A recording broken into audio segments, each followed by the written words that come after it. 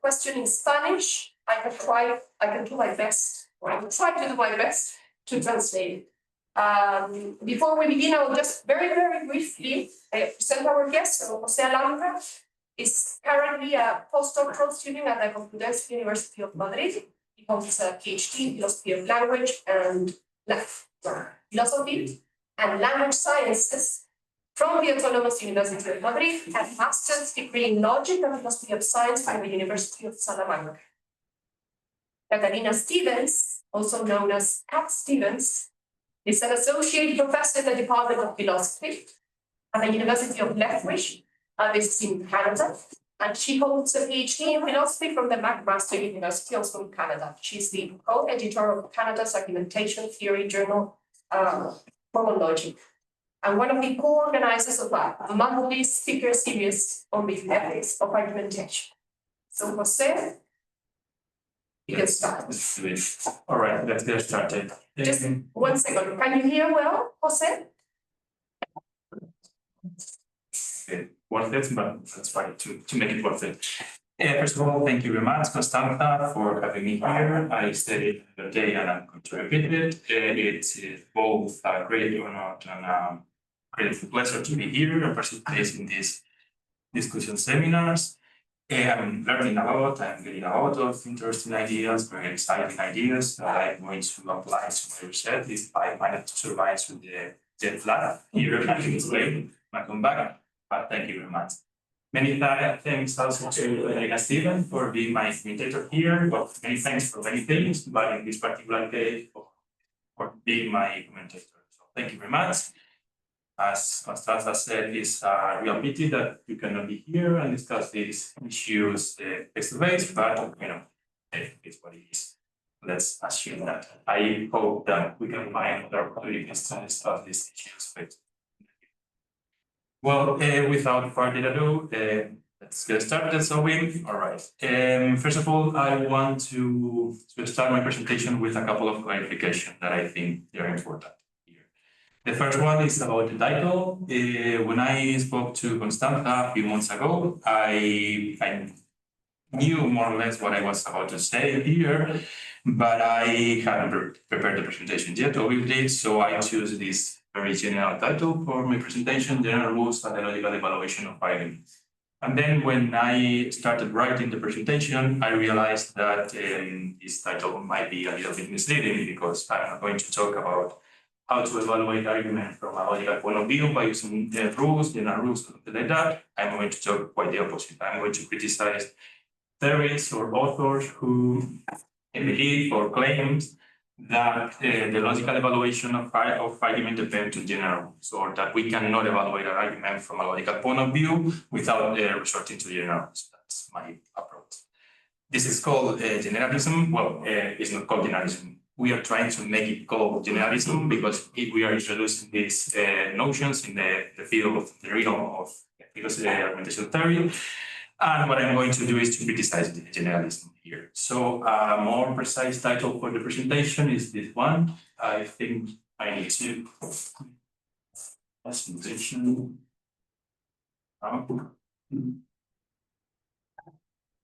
Try. You can try with this. I think we have delay. No. You got it? Yes, I promise that there is more in the PowerPoint. Okay, right. This is a more precise title for the presentation. 3 reasons against generalism in the second part, or 3 reasons against generalism in logic understood as a third requirement. That might be more precise title. And the second clarification is just to warn you that this is a working process. It's not even a working process. This is a project, more safe to say. In January, I'm going to start a postdoctoral fellowship at the Complutense University of Madrid, and this is the topic of my project. So this is a project that I haven't started yet. So what I'm going to say, please know that this is very preliminary. I'm not saying this to avoid criticism, or the opposite. I'm saying this to warn that I might have not an answer for all the comments. So I'm going to take note. I forget my my pen, but anyway, I try to take a note here, and I'm going to use those notes. They are going to be really useful for me, but I wanted to say that before starting. Anyway, after this probably necessary clarifications, let me start with the presentation. My goal here, I mentioned that a minute ago, is that one. To build a case against generalism in the theory of argument, or in logic understood as a theory of argument. That is going to be my main goal. And to do that, I'm going to follow this very simple order. I'm going to explain what I mean by generalism and its opposite particularism. I'm going to explain that it is interesting to understand this position as an argument and particularism as a counter-argument to the generalist argument. I'm going to explain that in a minute. And then I'm going to explain the particularist counter-argument against the generalist argument. That is the point. And finally, I'm going to finish my presentation explaining some possible consequences of understanding particularism and generalism in this point. An argument and a counter-argument. There are important, let's say, dialectical consequences. So, what do I mean by generalism, right? Okay, the first thing to say about this discussion is that the opposition between generalism and particularism arose in moral philosophy, more in particular in metaethics. This is a distinction that comes from that field. In a nutshell, in that field, generalism is the idea, also called principalism sometimes, is the idea that moral reasoning depends on the existence of a moral principle. That's always the idea. Here I have kind of the canonical definition by Jonathan Dancy. Generalism in this field is the theory or the claim, better to say, that the very possibility of moral thought and judgment depend on the provision of a suitable supply of moral principles. For example, to know that it is not right to say that I'm going to participate in this seminar and then not show up, I would need some kind of principles such as promise must be kept, one must be true to one word, or something like that. If without that kind of principles, according to generalism, I wouldn't know that a certain property to say that I'm going to participate here is morally relevant to form the judgment that it is wrong. So that's the main idea. It is a moral simplification, obviously, but that's the main idea behind generalism. And while particularism is just the opposite of that position, it's the denial of generalism, basically. The claim that moral thought and judgment does not depend on having a provision of suitable supply of moral principles. That is the meaning. Well, easy, right? Now, this distinction can be adapted to argumentation theory. This is as Hubert Marot, the room, the virtual room. Now, okay, Hubert Marot has shown in those several papers. Here, in argumentation theory, generalism is the claim that the very possibility of arguing depends on a suitable supply of general rules. Which type of rules? Well, rules that specify what kind of conclusion can be drawn from what kind of data. That's the main idea. While particularism, again, is denying that claim, the general position. In that paper there, and in the text that I sent it to you, I tried to show, more in that paper than in the text, I tried to show that there are many different ways of understanding these rules. And I distinguish two general type of rules according to the function that those rules play in the exchange of reasons. I call them a rule of reasons and a rule of weight. Those of you who were here the other day, similar to the distinction that I made between argumentation by party of reason and argumentation by party weight. That's the idea. Here, for the sake of simplicity, what I'm going to do is to understand general rules in this context as something similar to 2 billion words. Here, there is a kind of characterization of definition. This is not by Turing, by myself in that paper. Let's see, they are general associative rules that expect, no, don't worry, I think I remember everything being a day practicing this presentation, so I remember They are general and substantive rules that explain or justify the connection between the data and the claim and represent the practical standard of argument. That's the idea. This is kind of the essence of what the warrants are for Toulmin. That paper I review different plays where Toulmin is talking about warrants, and I came up with this kind of characterization and definition if you want. So this is what I'm going to understand by general rules. So now the question is, in what sense, okay, let's assume that this is a rule. In what sense does the practice of arguing depend on general rules understood in this way, according to the generalism in the theory of argument, right?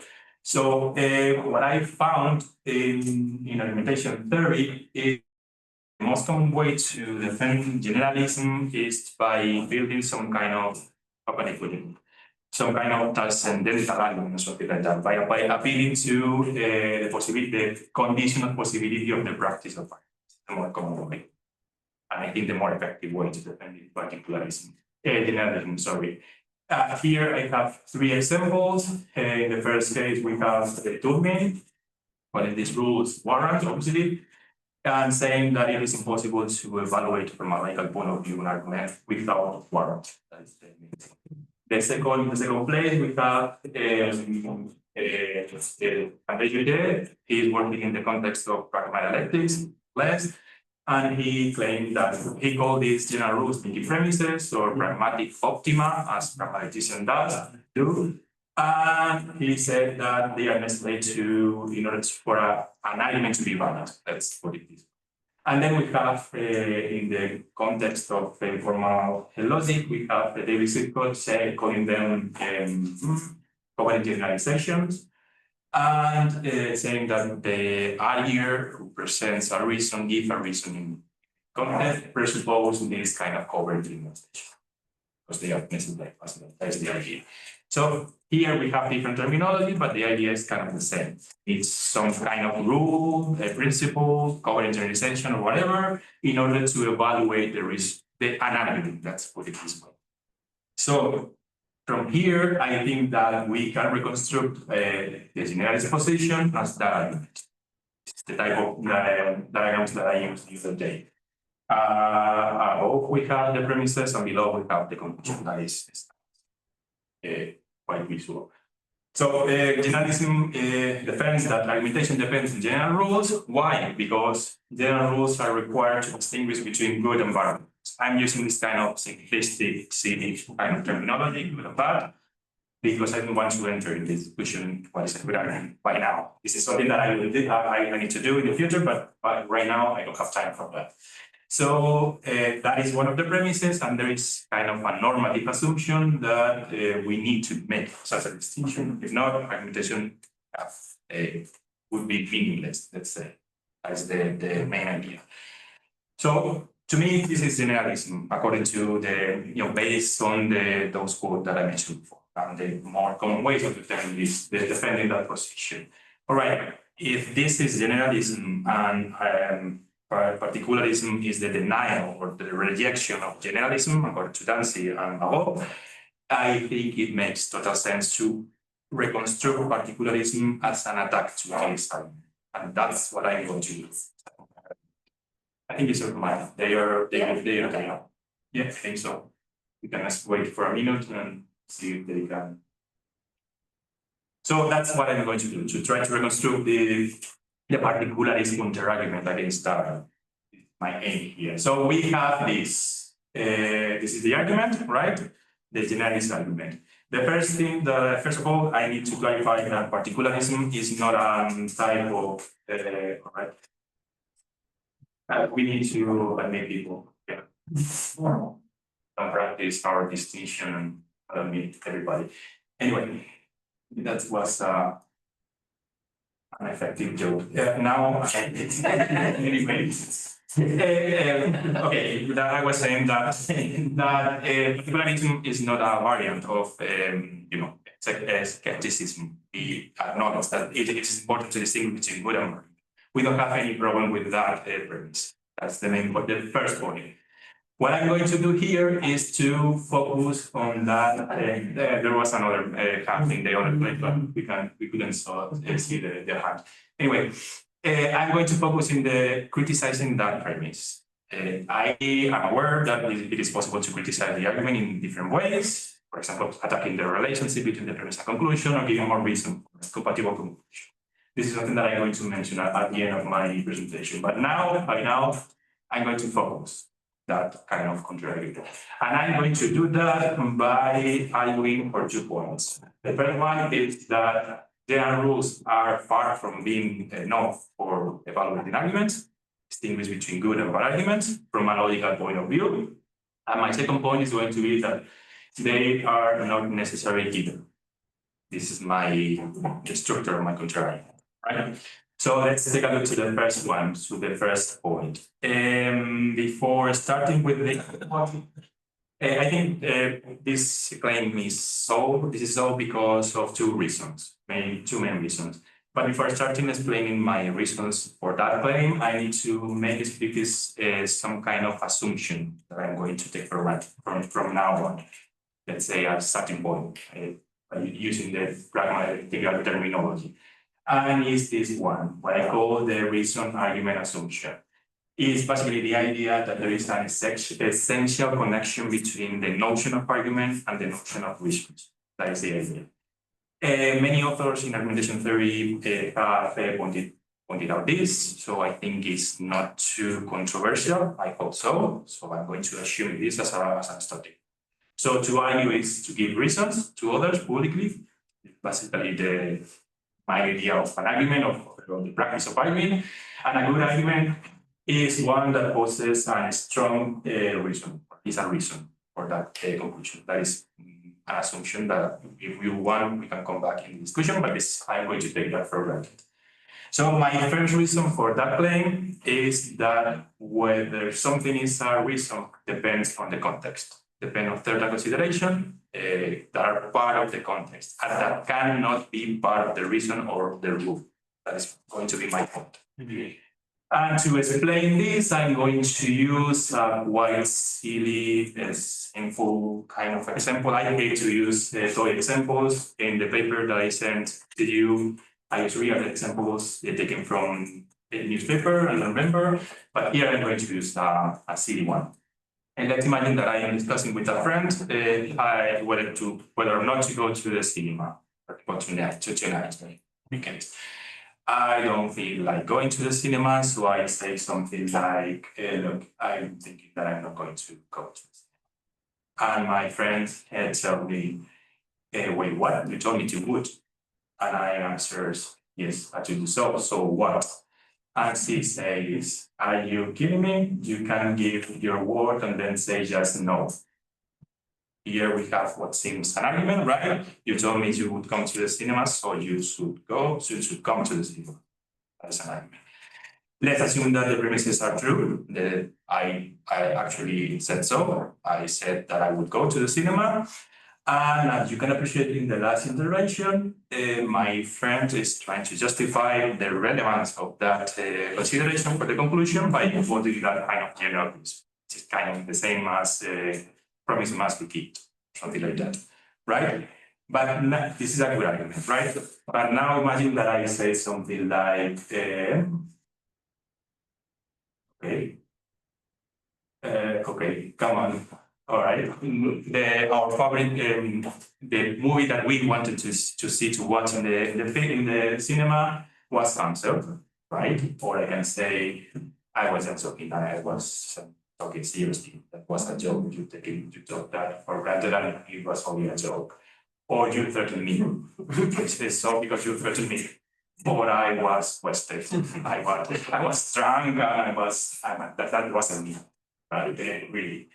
Or I broke my leg, or I can say, you're my boss, what would I say? Or there is a long list of possible similar kind of considerations, contextual consideration, let's put it that way. All those ideas, all those factors, they function, if they are true, they cancel the reason posed in the first place.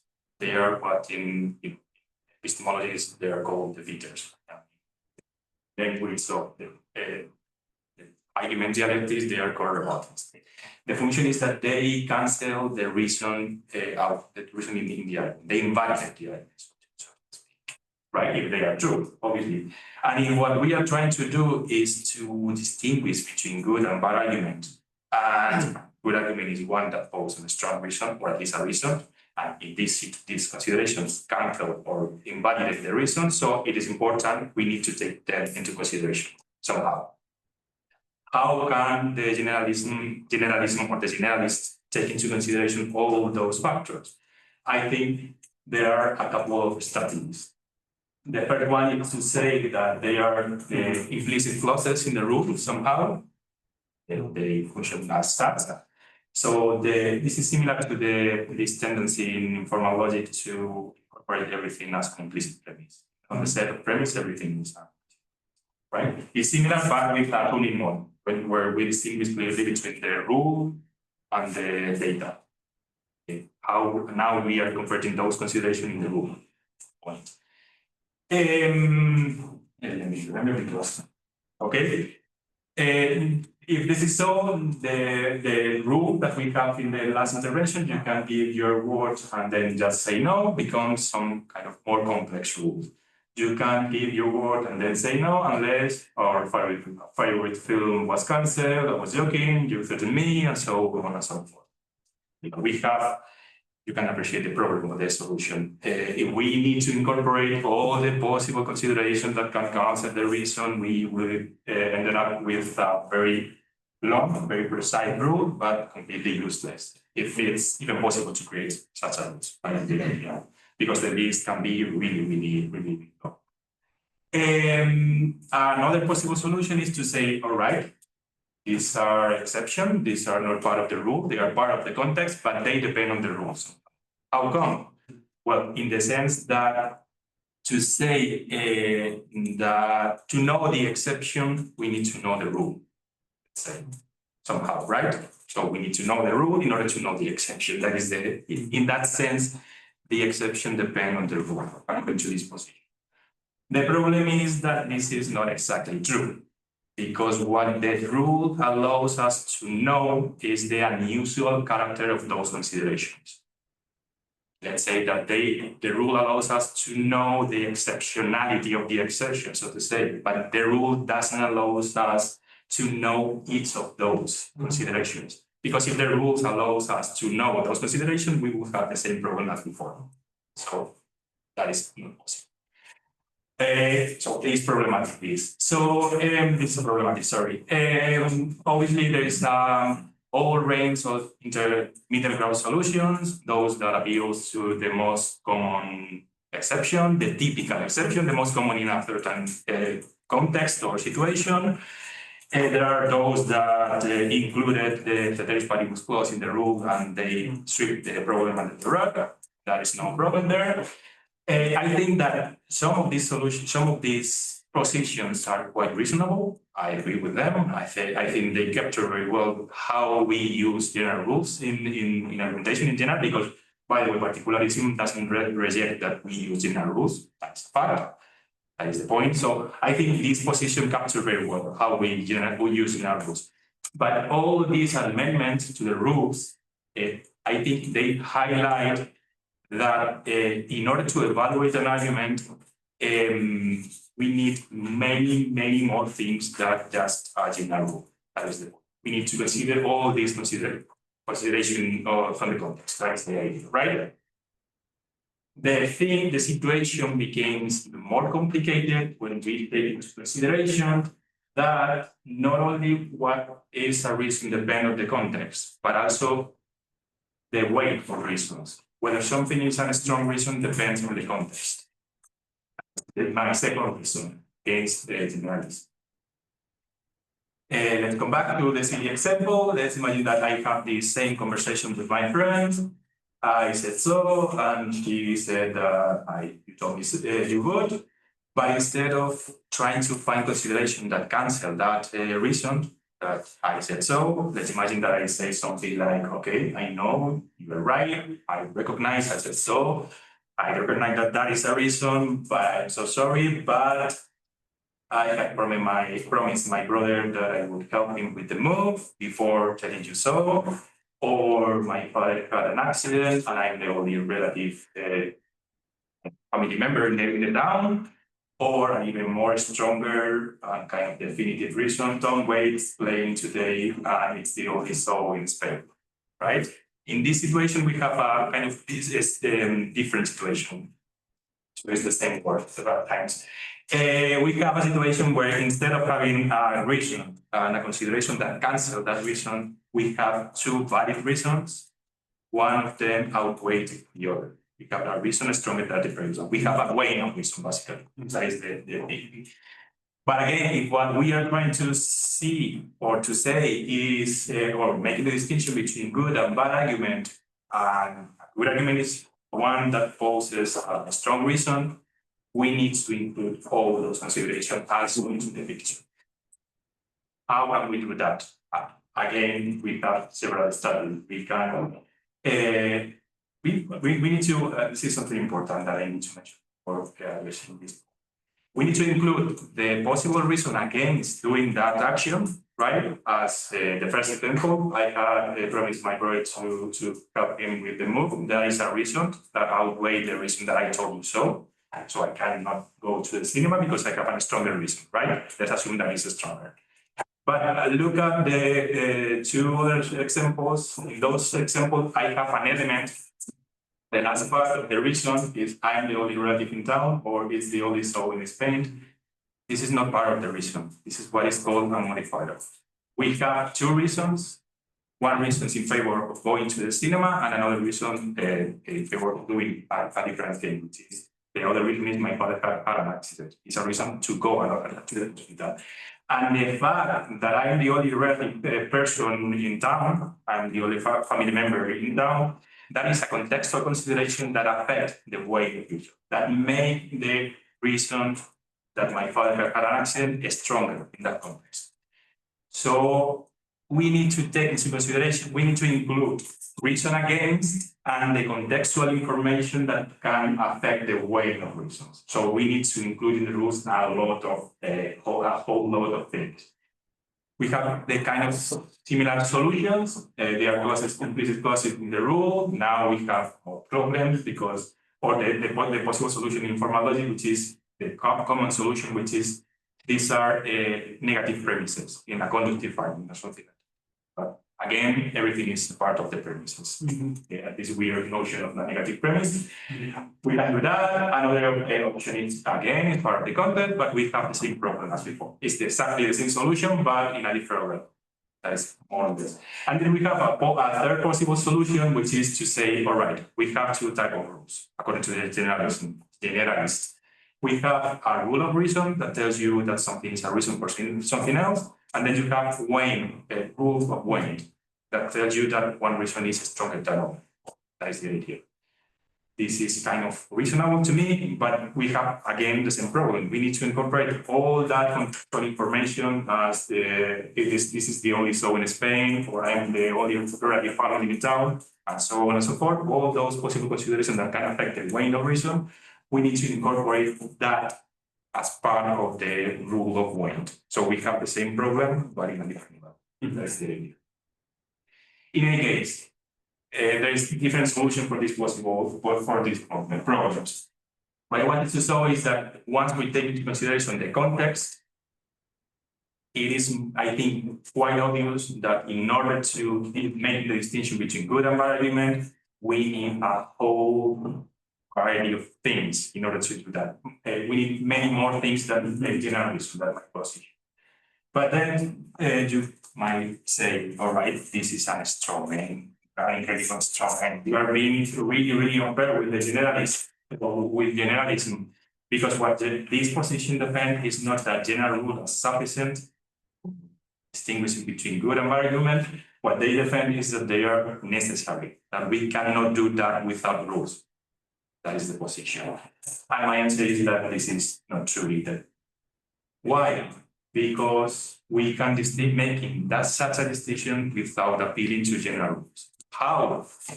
By arguing by analogy. That is my position. This is was the presentation of my the other day on Wednesday, I think that we can distinguish between good and bad arguments by drawing analysis with previous cases that we both accept as bad.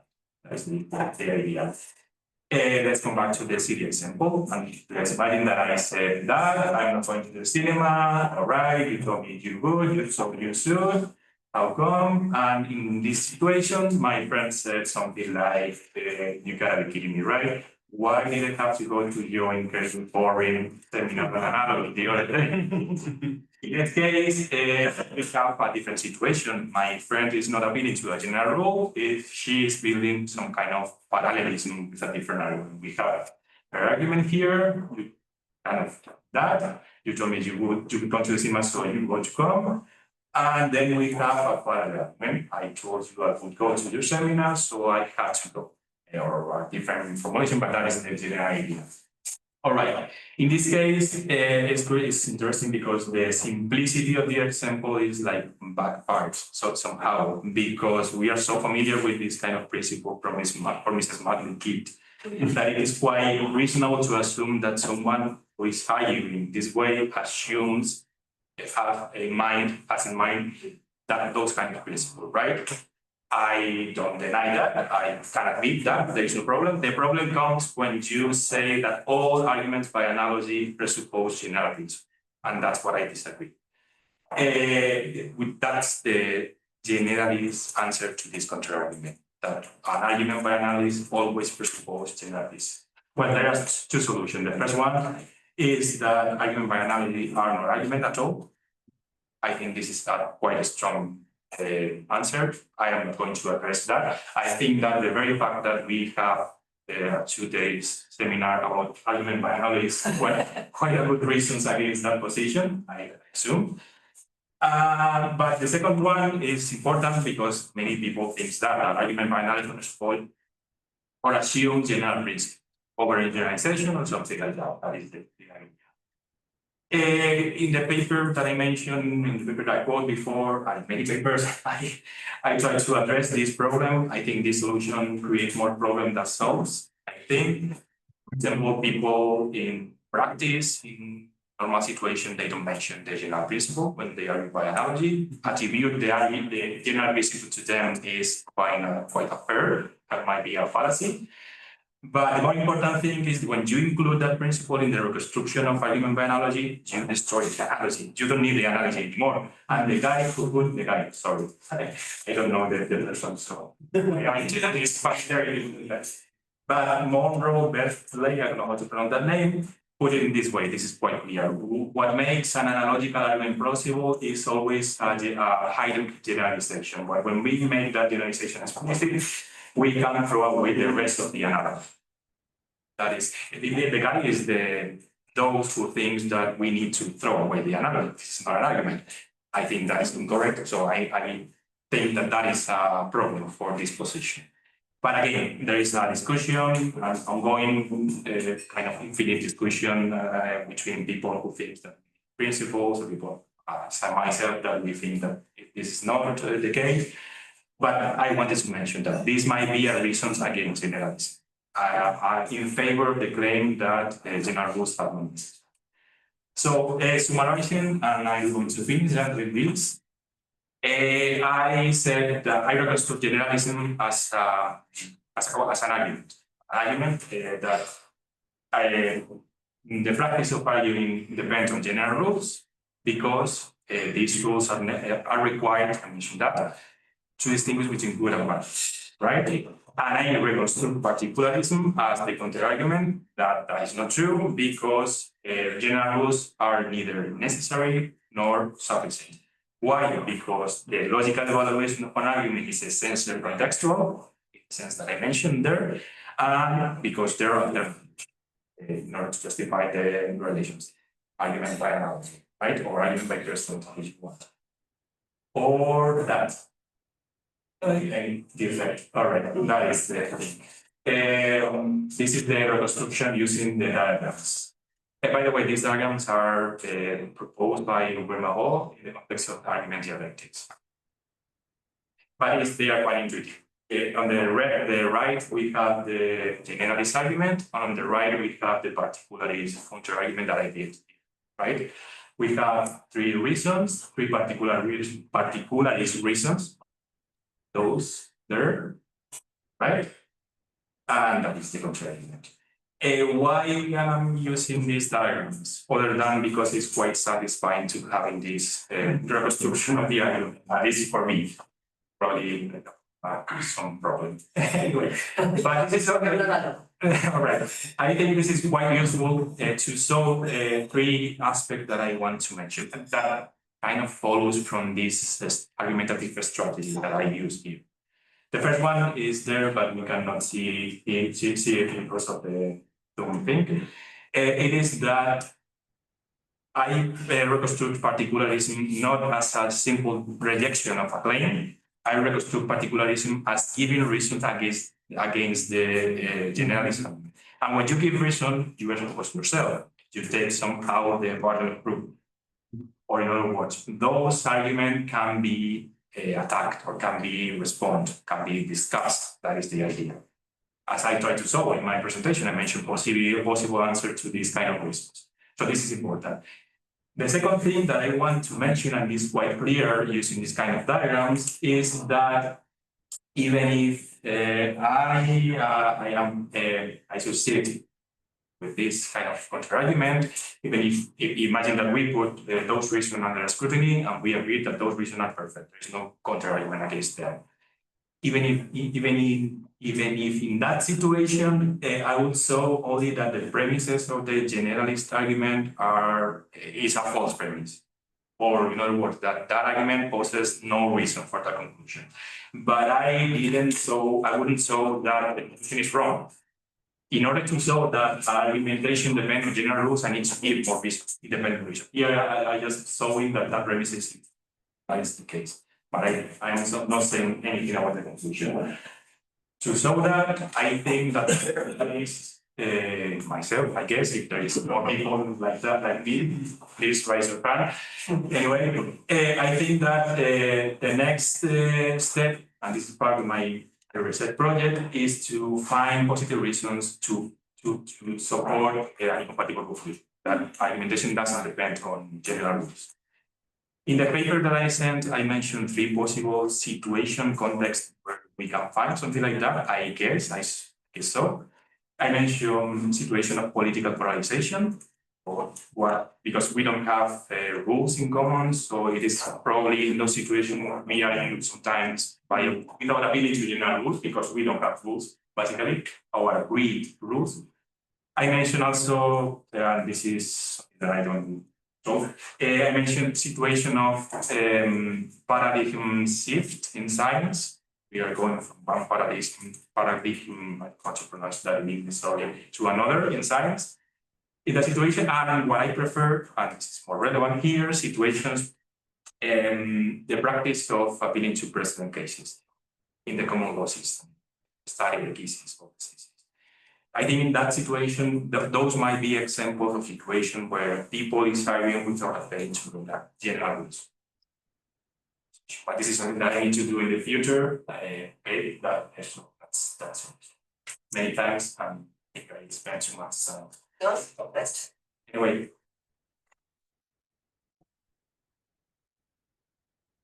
Thank you, Jose. Can you give me 1 minute? Because they are making some noise here. We have a construction in the next room.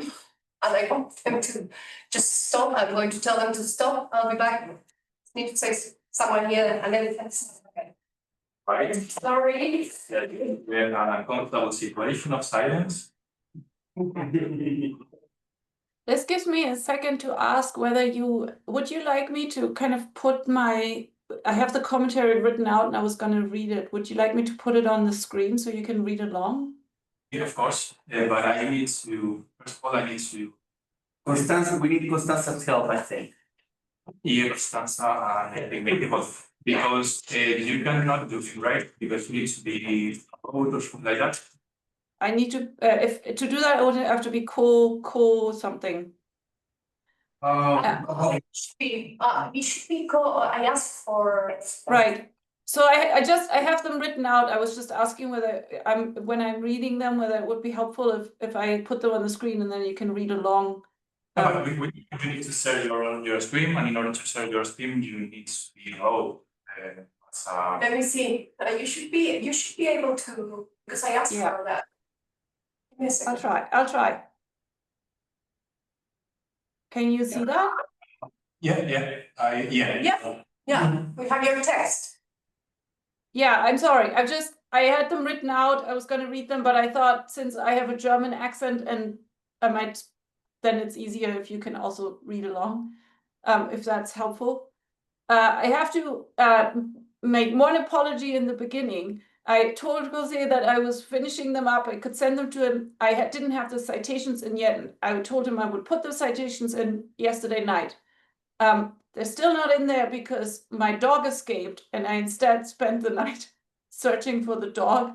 So the commentary is all there, but there's like names with no brackets behind them because of that. So I apologize for that. Okay, I'm gonna read the commentary. Thank you so much for having me, and thank you for this excellent paper that I enjoyed to read and then think about so much. Okay, in general rules and the logical evaluation of arguments, Jose Alhambra, can you hear me? Can you make it a little bit bigger, the document? Yep. Yes. Thank you. That's okay. Yeah. Thank you. Okay, sorry about that. In general rules and the logical evaluation of arguments, Jose Alhambra lays out one aspect of the case against generalism in argumentation theory. That is the claim that the practice of arguing depends on a suitable supply of general rules that specify what kinds of conclusions can be drawn from what kinds of data. The alternative to generalism is particularism, which suggests that general rules are not sufficient or necessary for the practice of arguing. The aspect that Alhambra discusses here concerns the evaluation of arguments as objects, and more specifically, the question of whether general rules are required in order to determine whether a given argument as object offers a reason and how good a reason it is. And he tries to show that particularism can make a case for two claims. First, that general rules are not sufficient for argument evaluation because of how good an argument is, whether it presents a reason and how strong that reason is, depends on context. And since contexts are infinitely variable, it would not be possible to generate appropriately fine-tuned rules. Arguers simply have to rely on particularist reasoning at some point. And second, that general rules are not necessary for argument evaluation either. We have at least one way in which we can evaluate arguments without making use of them, namely analogical reasoning, and more specifically, reasoning from parallel argument, according to which a given argument alpha is a good or bad argument because it is relevantly similar and not relevantly different to another good or bad argument beta.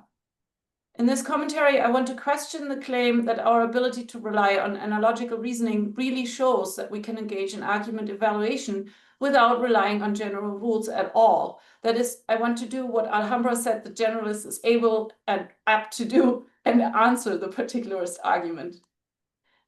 Which is a weird thing for me to do because I'm a kind of generalist. I like particularism, so I'm kind of arguing against myself here. But before I begin my argument, I think it's important here to point out that as I understand Alhambra, he is approaching the generalism-particularism debate from a practical and epistemic point of view, rather than an ontological point of view. In other words, if I understand him correctly, then he's asking whether arguers need to use general rules in order to be able to form well-justified beliefs or maybe commitments about the quality of arguments. He is not asking whether there actually are stable regularities with which certain kinds of things are reasons for something, regularities that could theoretically be documented in a set of potentially incredibly complex general rules. This is important because if Alhambra is making the claim that such regularities do not exist, that it is random whether something is a reason for something, then I'm not sure I really even understand what he means by reason. I suspect in that case, Alhambra and I would be in a deep disagreement. I believe that reasons are constitutively general in nature. By this, I mean that I think that Schauer is correct when he points out that saying that something is a reason for something is not only saying that the fact that something is the case makes it so that we ought to also accept that something else is the case, but also saying that if that same something was the case again in exactly the same way, then this would again make it so that the same something else is the case again. If Alhambra does not believe this, then I don't know what he means by reasons, and we would be unable to talk to each other about them. But I suspect that since he said that he doesn't subscribe to skepticism, that that's not what he means to say at all. Now, of course, what exactly the same way means can be incredibly complex. This is why I am with Alhambra when he makes this contextualist argument, assuming that it is an epistemic and practical argument. Because from an epistemic and practical point of view, we can say the following. Even if reasons are constitutively general, their regularities may well be so complex that our human minds would be unable to understand, hold, and use the set of rules complex enough to map them. And they are indeed that complex. So no matter the ontological reality that reasons are general, for our practices of arguing, we cannot rely on rules that would map them correctly. Those rules are too fine-grained and complicated for beings as resource-constrained as we are. Instead, we have to combine much more coarse rules of thumb with contextual reasoning to generate a practice of argument evaluation that is reliable enough to serve us. I think that this is exactly right. The rules that would map the regularities of reasons correctly would be too complex to be useful, so we need less complex rules plus an awareness of their limitation. And this awareness must, in turn, lead us to stay vigilant for cues that contextual differences are important enough for the argument we are just now evaluating that we should abandon our otherwise applicable rule of thumb.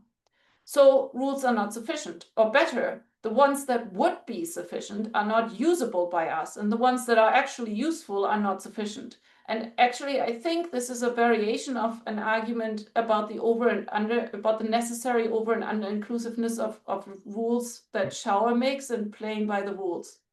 So it's like any rule that's useful is going to have to be over and under inclusive, and therefore we'll have to deal with exceptions. And that's, I think, exactly right. So far, I follow Alhambra without difficulty. But now comes the argument against the necessity of general rules. And here, at least if I read this argument again, is one about what we as arguers need in order to come to well-justified beliefs about the quality of arguments, I cannot follow quite as readily. I should be careful about how I put my worry here. I do agree with Alhambra that we can reason analogically without making use of pre-known general rules that connect the two analogs. I myself have argued for this in several publications. And I also agree with Alhambra that we can use this ability in order to evaluate arguments through arguments from parallel reasoning. But here's my worry. In order to rely on our analogical reasoning for our argument evaluation, we first have to accept that generally speaking, analogical reasoning is reliable. So we rely on a rule again, more specifically, a rule about what kinds of reasoning methods are reliable for evaluating arguments. Or we could also say it is a rule about meta-reasons. We are relying on a rule that says that a given argument alpha is relevantly similar and not relevantly different to a given argument beta, and that argument beta presents or does not present a reason that is strong or not strong, is a meta-reason for believing that argument alpha also presents or does not present a reason that is strong or not strong. So there's a kind of meta rule we rely on about analogical reasoning. And here's why I think we must rely on such rules.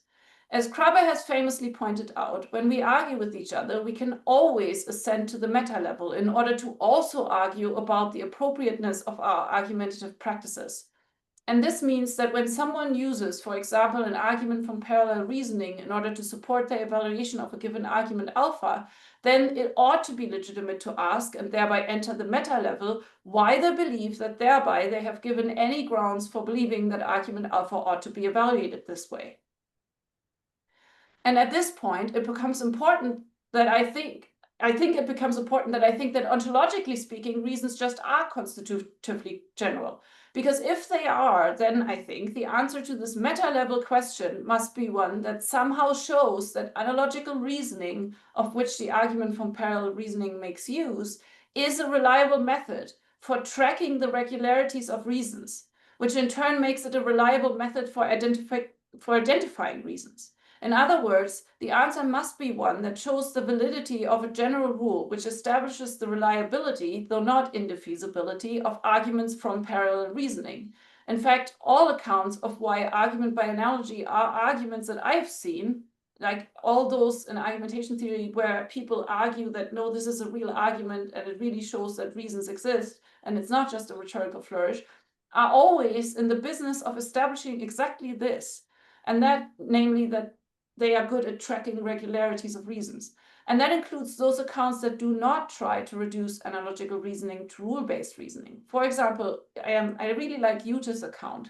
And Ute's account shows analogical arguments as ones that rely not on pre-established rules, but on parallel determining relations. A similarity between two analogs is relevant for establishing a conclusion according to which the target analog has some property X, if the factor that is similar stands in a determining relation to the parallel property X / in the source analog. In other words, the account does not rely on rules, but it does rely on showing how good analogies track the regularities of reasons. And that is how Ute establishes the reliability of analogical arguments, even absent pre-established rules at the level of between the analogs. In sum, then, I think that while the particulars can easily show that rules are not sufficient for argument evaluation, simply because that those that would be sufficient are useless for our limited minds, I don't think that they can show that they are not necessary, at least if we're willing to climb the meta levels and talk about meta level rules too. Thank you so much.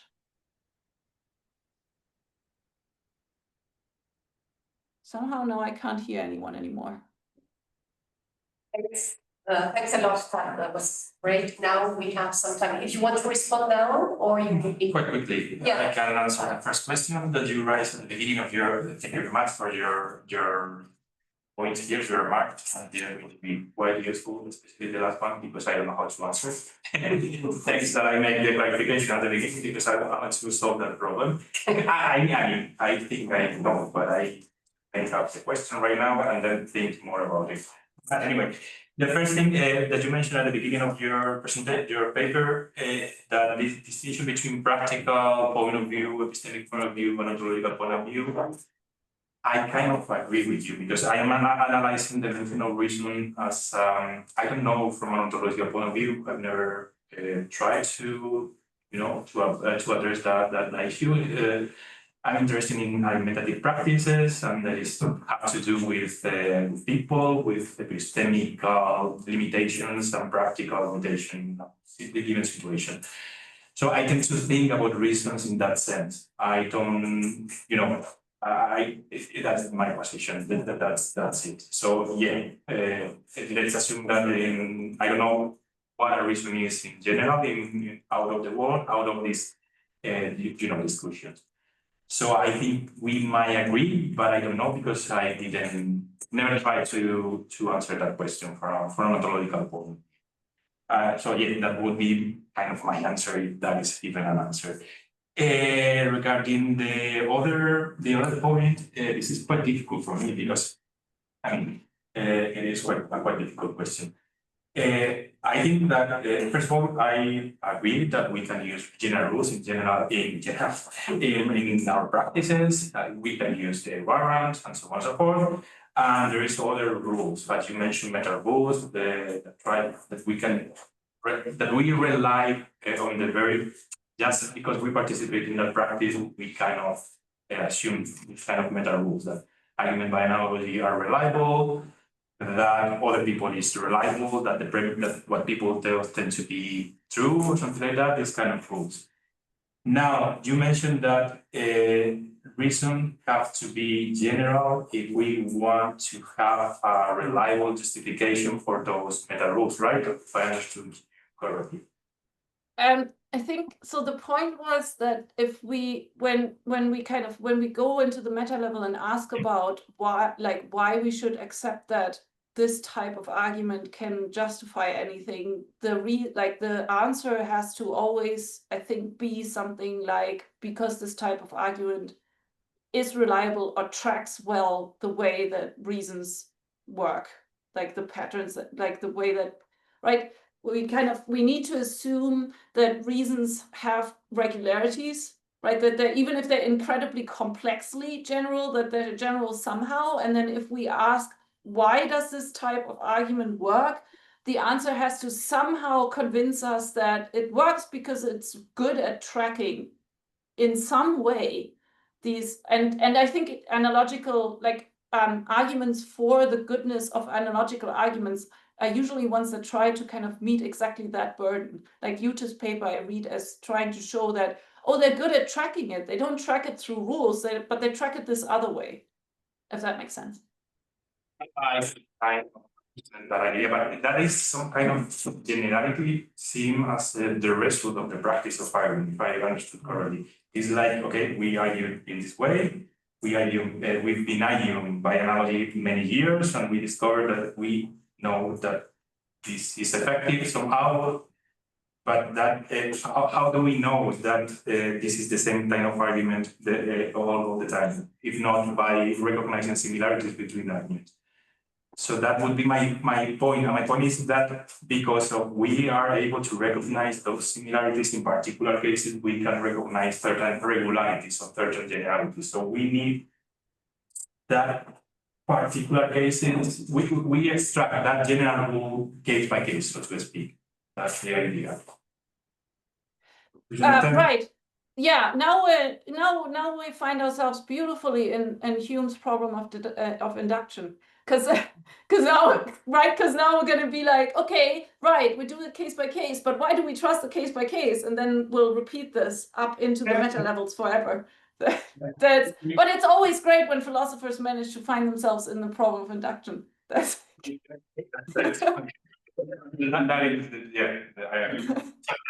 would be my answer right now. So I need to think more about it because I can't think of this kind of meta level. This is not a premise in the argument. This is not the type of rules that we include in as a premise in the argument. It's kind of a meta rule about the use of the argument. And I didn't think about that. Thank you very much for that comment. Thank you so much. So now we're open for the rest, either here or nice. So Mauricio, Diego. Ignacio, is that okay? Did I miss someone? Andrei, yeah, okay, so we write it down. Mauricio, go. Voy a hacer preguntas en español. Básicamente estoy cansado y no estoy pensando en inglés. It's going to be in Spanish the question, but we will, for those who need it, we'll translate. La primera pregunta es por, yo diría, la localización del problema. Porque al leer el paper me pareció que el problema no aparece cuando nos preguntamos si algo es una razón para otra cosa. Y pensé el siguiente ejemplo. Supongamos que busco una razón para comprarme este teléfono. Y yo digo, porque me entretiene. Entonces, si eso es una razón para comprarme el teléfono porque este teléfono me entretiene a mí en este momento, o si la razón es que los teléfonos son entretenidos en general, está un poco lo mismo. La fuerza que la razón le imprime a la conclusión es la misma, creo yo. Ahora, si hay una razón a favor de comprarme el celular, me entretiene, y una razón en contra de comprarme el celular, estoy ahorrando dinero, la pregunta es ¿qué es más importante, la entretención o el ahorro? Y ahí es distinto sostener que en general ahorrar dinero es más importante que entretenerse, que sostener que en este momento particular esta entretención es más importante que ahorrar dinero en este momento particular. Entonces me parece que el problema de distinguir si argumentamos con reglas generales o con fórmulas particulares aparece solo en lo que tú llamas razones para ponderar y no para razones para saber si es una razón. En ese sentido, yo suscribo a la empresa de Lilian Bermejo, que trata de distinguir lo que es una razón de lo que es una buena razón. Entonces, me llamó la atención, y esto, digamos, en la segunda pregunta, de que cuando mencionaste que para saber si algo es una razón, eso depende de muchas cosas contextuales, me pregunto por qué esas cosas contextuales no son parte de la razón. Por ejemplo, cuando dices que mi padre está enfermo y yo soy el único pariente vivo, eso es parte de la razón que justifica no tomar esa decisión. Entonces me llamó la atención o quisiera interpelarte de este modo en que a lo mejor asumes una estructura argumentativa particularista para defender el particularismo y eso te generaría una especie de razonamiento circular. Y la última pregunta es solo una provocación.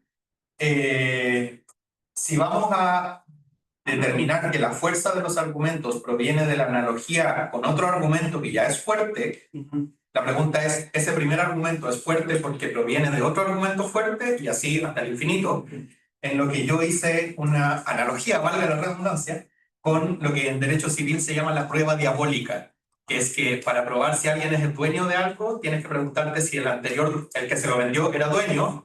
Para saber si ese era dueño, tienes que preguntarte si el que se lo vendió era dueño, y eso como no se puede probar, genera un problema. Acá es lo mismo. Para saber si un argumento es bueno, tienes que probar si el argumento anterior análogo era bueno, y para saber eso tienes que probar si el anterior y etc. Eso. Traté de eso. I don't know if I'm on. Por eso no lo quise hacer en inglés. I try, and if You you can think, try it, then I can help you if it's necessary. perfect, Yeah. if you think that I'm, yeah, it's probably going to be an issue, a problem. Okay, he mentioned 3 questions. The first one is that the issue about the generality of reasons only arises when we weigh reasons. For example, he mentioned the question about the mobile phone, that if I am considering to buy a phone and I said, okay, I'm going to buy this phone because it's entertainment. There is no issue there if that reason is general or not. The generality is an issue when I try to weigh two reasons. I favor or against the buying the phone. It is entertaining to me, but also it is expensive. This is a reason against. Now we have an issue. Which reason is more general or something like that? We have the generality there.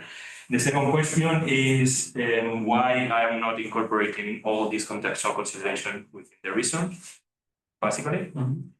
And the third question is if I justify this argument by analogy with the previous one that we said is valid, how do we know that the previous argument is valid? We can use an analogy, and we have the infinite reference. It's wrong. Now I need to answer. This is the same word for me. I need to translate and answer. The first, remember, I think that this is interesting. You are considering reasons are kind of a private thing, but I consider reasons as argument. So it's when you put a reason outside and the other person disagrees, when the generality matters. It's kind of the same because the conflict between reason in your case arises when you have a reason in favor and a reason against. So it's when there is conflict when the generality matters. But if you give a reason to an internal person, a single reason, and the other person disagrees, now matters the generality. If that is a reason for you, or is a reason for them, or for who is that reason? You know what I mean? It's when the adversariality, it's not adversariality, when the disagreement enters into the picture, when the generality matters, kind of, when this is a public thing. Reasons are public when reasons, when they are public, or when you give reasons to others. I would say that is the situation. In your case, the generality matters in the second situation because you have a conflict of reason and you need to solve it. I agree with you. When you have a conflict of reason, is when these issues matter. But again, when you consider argumentation is a public enterprise, I think in the first situation that might be also a conflict. I think might be a conflict. If I understood your question. The second question, why I am not incorporating those contextual considerations? Because of the reason that I mentioned, because those contextual considerations are actually infinite. I mean, it's impossible to anticipate all of those. I mean, this is something important. For example, in Turing case, I use that when an exception can become the rule. You know what I mean? For example, we have a reason. And I don't remember the example he mentioned. We have a reason and there is an exception that happened most of the time. And that exception keeps appearing. So after a certain period of time, you incorporate that exception into the reason. You formulate the reason, this is a reason unless this doesn't happen, because that exception is quite common. So you kind of change the idea of a reason. In that case, I think it's possible and there is no problem with that. And there is rules in law and in other situations where they include kind of clauses and they can be quite complex. But when you need to do that in order to distinguish good and bad argument is when the trouble started. Because it's that if you don't have everything included, how can you know that that is a good reason? And then you need to incorporate possible exception, the most common one. You mentioned in a paper which type of answer possible criticism we need to answer in order to say that this is a good argument.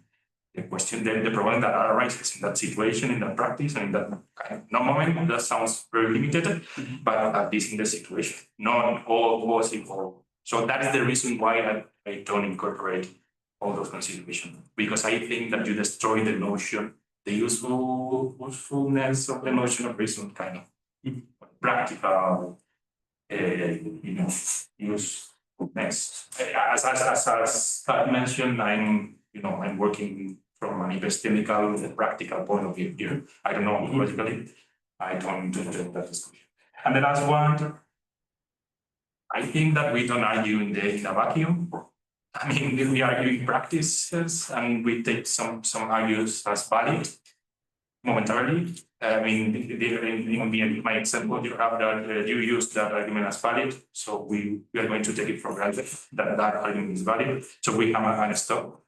So in argumentation, in epistemology, in language, in many philosophical enterprises, the way of stopping that kind of infinite regret that the skepticists put us is to say, this is not a problem in practice. In practice, we have good arguments. We accept that that is a good argument.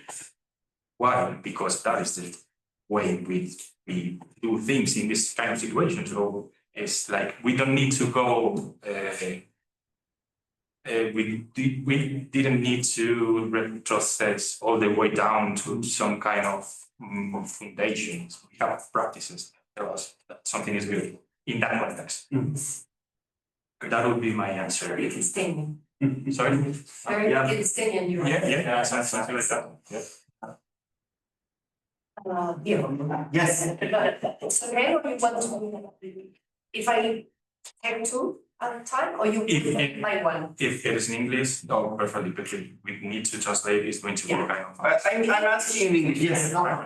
So, when you talk about rules, I think you're thinking about rules of inference or something like that. So I guess you're familiar with the O'Keefe distinction between argument 1 and argument 2. So you are talking about the rules of argument 1, right? Because I was thinking maybe we can also think about the rules of argument 2. And you think in that case, you could say something like, oh, well, there's no rules for inference, but there's the rules of the dialogue. Right? So it doesn't really matter if P comes from Q. What matters if we need to listen to each other, and if you say something, you have to keep your commitments and blah blah blah. So burden of proof, you can use 10 rules of critical discussion, whatever you want. So in that case, my question is, wouldn't that be another solution to your problem? Saying something like, okay, there's no rules for argument 1, but we have rules for argument 2. And isn't that the same solution that, well, I think pragmaticians, they would have at least one rule that is kind of argument 1, or the argument scheme rule, and also the logic rule, the validity rule. So those two are argument 1. But let's say we can forget about, and then we can say, okay, whatever works in a dialogical setting is it's okay, right? It's reasonable, and then we can forget about the rules of we can be particularist about the rules of inference, but we can be generalist about the rules of of the dialogue. Is that some kind of solution that you think could? And then we forget about the analogy. I like the analogy. I think that could answer that question better than me because it's kind of your thesis in your new book that in order to justify a system of rule of the type that you mentioned, that the programmatical kind of exclusions are better in this situation and doesn't lead to kind of justices. You need to rely on ethical kind of reasons. And in that situation, it's like you are coming back to the first step. You need to justify why we are going to use this system of rules and not this other model of argumentation. I think about the Watson distinction of many different type of dialogue. Okay? Why we are going to engage in a critical discussion and not in association? How do you justify that? If not by giving reasons, and what kind of reason? How do you evaluate the reasons? So then you are in the same place again. As always in argumentation, it's always this kind of mirror kind of situation. I kind of I think that it could be a possible solution, but again, if that would be a solution, if you admit that as a parameterization would do that, we only have one system. In that case, all right, there is no rule of inference. Let's agree on that. Let's go to the dialectical level and see if we can solve it. And now we need to discuss what is the best model, and we need to argue again, and how we will do that. But again, that's the beta level problem that Katarina just mentioned. Probably because critical discussion are more tend to be more efficient on a problem-solving kind of situation, but is that true? Sometimes you need to weigh reasons, ethical reasons, because sometimes it's unfair for people, and different classes, social classes, and so on and so forth. So you need to weigh reasons at the end of the day, because there is not only one system of rules of the ethical rules. But I would say something like that. And again, you need to justify that in a particular context. In this situation, we are going to argue you and me. If you're a woman, you might but it might be unfair to use this kind of adversariality type of discussion based on adversariality, because whatever reason, social reason or whatever, so maybe in this situation it's better to use that different. In this particular situation, considering these factors, or I would say something like that. I sympathize because the ethical rules are more practical rules, so to speak. But again, we have that mental level problem, how to justify the best possible system of rules in this particular situation. Ignacio. Hi, do you hear me here? Do you hear me?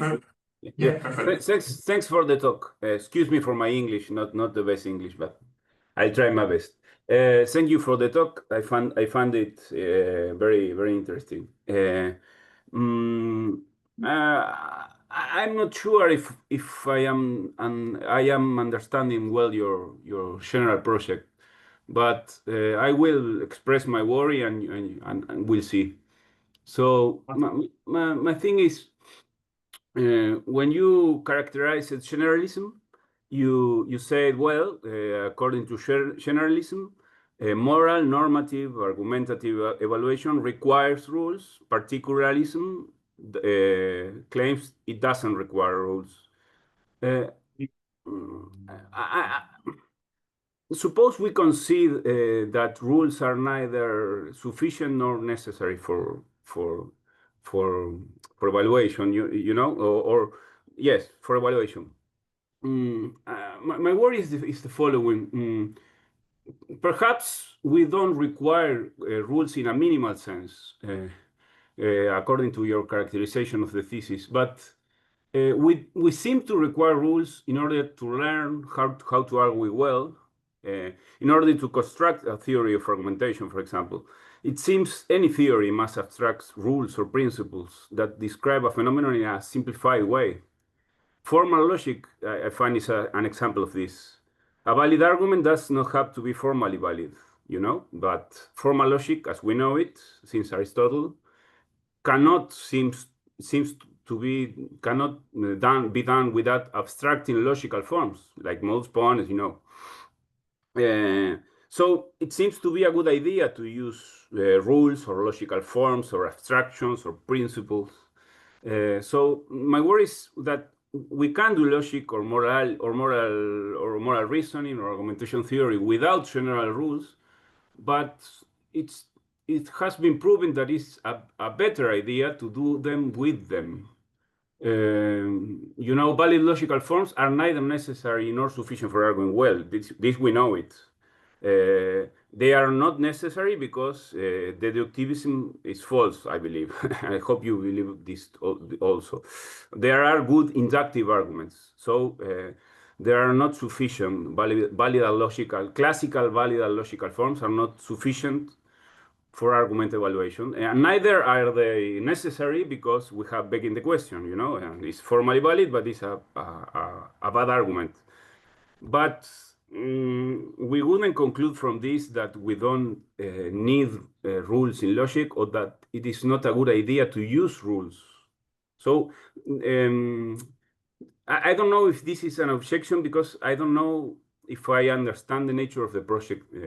You know, I'm kind of putting words in your mouth or getting ahead, but I don't know where this is heading, because my worry is that someone could concede your points and still defend the utility in a pragmatic fashion of using general rules.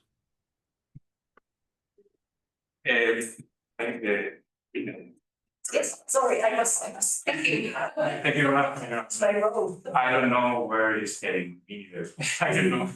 But I will say that that the key word that you forget to put in my mouth is always. I think we agree that rules are neither necessary nor sufficient, but as I mentioned before, particularism doesn't reject the idea that sometimes we use general rules. And those rules depend on the context, or exceptions, or the practice, and so on. For this, they're contextualized kind of rules in argumentation. That is the point. So my problem is when we always need to use rules in order to evaluate, because in that situation is when we start to make assumption that this guy make an argument, so we need a general rule behind that argument. We have this kind of problem to incorporate everything as implicit premises, and we forget, because of some kind of formal requirement of what an argument is, we forget that the validity of a reason of an argument relies on the practice or the consideration we have in that context, or the reason that we can consider, not on the form of the argument. That would be my answer. But I'm not saying that sometimes we can use that we never use rules. That is not my proposal. If that is useful in that context, go ahead. I mean, who I am to tell you that you just cannot use rules. My problem is with that kind of philosophy of argument that tells you that you need a rule in order to understand that this is a good argument, a good reason. That would be my idea. And regarding formal logic, there are people who think, for example, John Wisdom, I think is the name of this guy. Sounds like a made-up name, John Wisdom. But it's a guy, I think he's a philosopher. It was a student of Wittgenstein. He defended that even with deductive logic, you need to rely on examples. The validity rely on the ability to recognize analogies. In trying to justify even deductive argument on a case-to-case basis. That would be, but that is just an anecdote. Obviously, what I interpret is that in given practice, it's useful to use rules, but I don't have any problem with rules. That's my problem. Thanks. I think we have one more, Andrei. Federico. Yes. Can you hear me? Andrei, yes. Yeah. Thank you very much, Jose, for the talk. That was very interesting. And I have a couple of questions. They are very only clarificatory questions. So as I understand, you're trying to reject the idea of general rules of inference, and you're kind of defending something like particular rules of inference, right? And so I was wondering, what would these particular rules of inference be? Would they be rules for just for one argument? They just apply to one particular argument, or are you saying that there are no rules, that we're not using any rules when we're arguing, which would be, I think this is kind of builds into or kind of is somehow similar to some of the comments that Katarina made in the comments. So maybe if you could clarify that, is there an idea of a particular rule that you're trying to push? The second question would be, as I understand, so you had this idea of kind of thinking about a candidate, choosing a candidate for a general rule and saying it doesn't work because we have all these possible defeaters, right? And there are all these exceptions. One could say so many things, and that would you would have to include all those in the rule. As I understood, that would be that's why you reject generalism, because it has to include all the possible defeaters.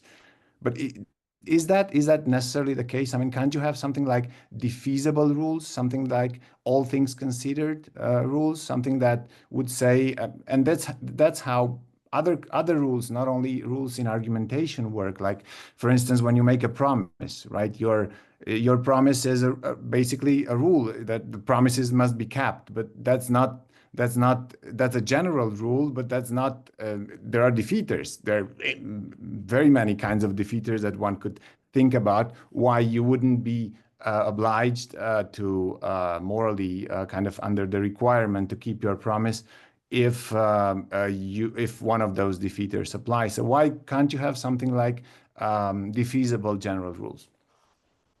Yeah, that's all. Right, yeah, I'm interested. Yeah, I think you can do that. I mean, if the requirement include everything in the rules is in order to make the rule generalism for the rules, generalism sufficient to evaluate the is one of my criticism, only one. But if you admit that rules are not sufficient, that you need to provide the context, that is perfect. In that situation, you don't need it to include everything in the rule. The requirement disappears because you are not heading to sufficiency. Let's put it this way. So yeah, I think sometimes, I think that all the time we use rules in that sense, rules sensitive to context, but the rules that are, we need to consider the context, all the features in the situation, or not only the features, but also reason against, modifiers, and so on and so forth. We need to consider all that. And we can use rules in certain situations, because practice is such. What I am trying to reject is the impossibility of arguing without rules, and that led me to your first question. I don't know if it makes sense to say that this is a particular rule. I don't understand the concept for a particular rule. I don't know. I mean, I would say that, again, I'm trying to, as I pose particularism here, is not as a positive position. I'm trying to portray or try to formulate particularism as an attack to the idea that we need always general rules. Because without general rule, we cannot evaluate. But I don't think that particularism would say that in situations where we have an analogy, would say that we don't have a rule, at least in maybe in that meta argument level, as Katarina said. I don't know how to answer this question. I wouldn't say that we have a case in particular rules. I don't understand the notion of a particular rule. Yeah, I agree with that. So that's what I was suggesting, that in a certain sense, at least, it doesn't make sense to talk about particular rules, right? That kind of sounds like Wittgenstein's argument against private languages. A rule cannot be particular; it must be general by the very definition of a rule. So that's why maybe to talk about general rules is kind of kind of unneeded. I mean, you're talking about rules. You're rejecting rules, not general rules. You're rejecting rules, right? I don't know if I understand. Let's assume that there's a rules is both general, and then we have general rules that are sensitive to context. And then when you are trying to apply a rule in a particular situation, you need to do particular consideration in that context. How do you do that? And then you have the instance again telling you that you need a practice or you need something that is not capturing in a rule. And the ability to recognize exceptions in a given situation because you study law or training in that situation that don't capture in a rule. I don't know I'm running on here. But yeah, the point is that if you have rules that doesn't tell you what is the exception, you need to be kind of particular somehow because you need to apply the rule in that particular situation. And the rule doesn't tell you how to apply it. It's a kind of so I don't know, yeah. Probably I need to think more about it because in those situations where you are making an analogy, is that some kind of proto rule or something like that? You are comparing two cases. My point is that you recognize the similarity between two cases, and then you recognize more cases, similar cases, and then generate the rule. So analogy can be seen as a way of creating rules or modifying rules, or this kind of more. I don't know how to call data. So, but in a situation where you only have two arguments and you make an analogy, can that be considered a particular rule or applying only to two cases and then to three, and then after a while to generalize? I don't know. I would need to think more about it. Sounds weird. I am with it. So I need to explain that. I need to change the words in order to make my position defendable on our legal point of view. At least. Thank you. Thank you. Rico. Hola a todos, ¿se me escucha bien? Yes. Sí. Okay. Thank you for your presentation, Jose, and thank you, Constanza, for the invitation. I have this question. I don't know if I would. I better speak Spanish because I'm not so clear about what I want to ask. Porque, o sea, vos reconociste o mencionaste recién, y está en tu trabajo también, que, digamos, que el particularista reconoce que hay prácticas generalistas, digamos, o sea, que hay prácticas argumentativas en las que recurrimos a reglas generales, digamos, o a reglas.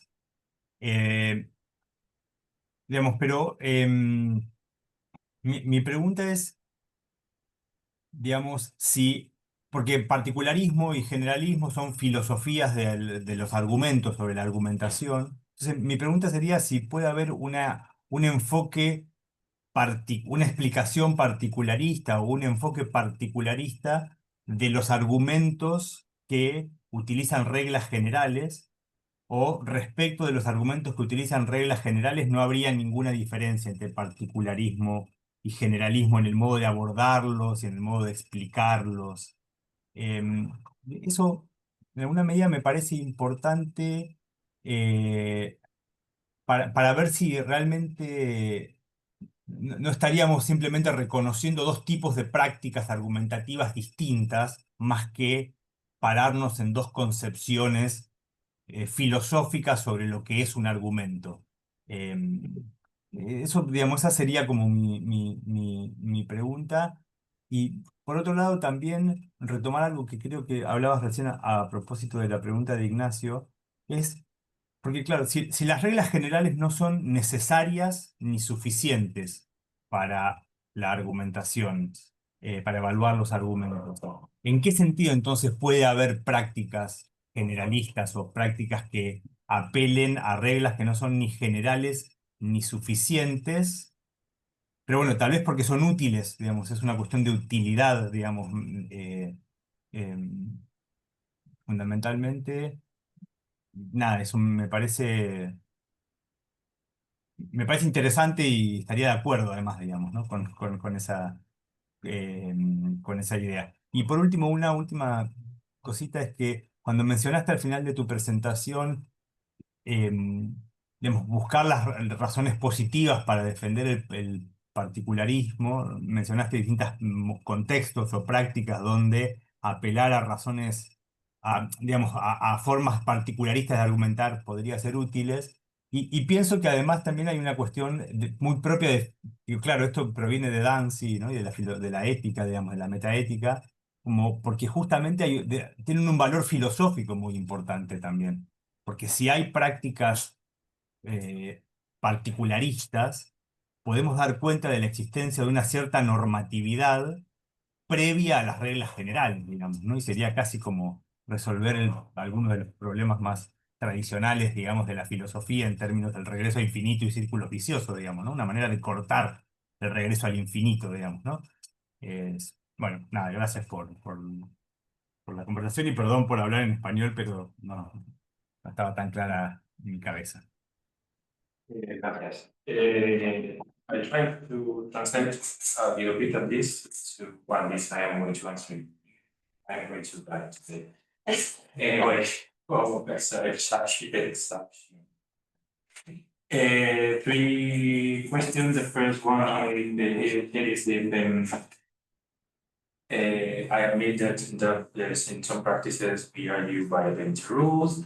And the question is if there is some kind of particularities and is some kind of particularity in the particularist explanation of those practices, or if it is better if there's no, if we understand those practices or we apply general rules in the same way, generalist and particularist, why what maybe it's better to distinguish two types of argument from particularist argument and generalist. I don't really know. I would say that the advantages of particularism, this is something kind of related to the last kind of question. The advantage of particularism is that you have something to explain how to create rules through the practice. You know what I mean? Or you can create a rule by saying that this is the rule, this is a rule that's involved the Congress or whatever. But then if that idea that we can recognize similarities in particular cases and those through the recognition of those similarities, if through the recognition of those particularities we create the rule, I think that is kind of valuable. If we could justify some kind of philosophy of that type, mentioned in Dancy, because it's so kind of normative problems. We recognize those similarities. We have practices, not practices. Like basically, we create rules in that way through the practice. We recognize some similarities. Those similarities. So I would say that the advantage of particularism is if this position makes sense. I don't know. It would be something like that. It would be that you would have a better philosophy of argument, in the sense that you would have an explanation of how the rules of the negative practice are raised, or are modified, or are changed through the practice, something like that, I would say. So from the particularist point of view, you can explain how those rules were created sometimes, at least in practices where those rules are not created by saying so, by, I don't know, some act or say this is the rule, something like that. But even in those cases, you tend to justify the creation of the rules when you give reasons. So anyway, I would say something like that. That the advantages is that, or the particularity of the particularist approach is that you have that advantage. The other question is that if rules are neither necessary nor sufficient, why is that a good idea to use rules or something like that? Why? And you answered my question. I mean, it's because they are useful, or because this is a tradition, or because there are many reasons that you can use rules. Or sometimes because in that context is better because we reach to better results. Problem is what you generalize that better result in, I don't know, science or whatever. Yeah, you generalize that kind of, yeah, you could blame on this. I would say that because of utility, because many reasons. That would be my question. And the last one, I don't know. I mean, that's really good. One, I don't know if that was a question or a suggestion. The utility of particularism in moral in metaethics is because you can find a particular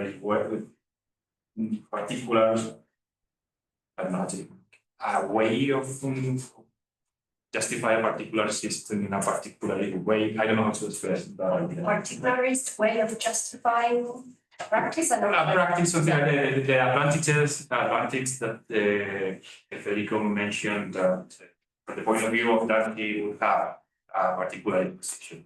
You will solve a lot of problems. I have the intuition that would be the case, but I don't know how to put that into what. So yeah, I share the same intuitions as Dancy, as Margot, and other famous particularists. But yeah, I need to justify that and work on the arguments in order to defend because there is a lot of problems, nuances, and so on. So thank you very much. The first question is really useful for me because I need to think about that idea of using two different notions. More. Yeah.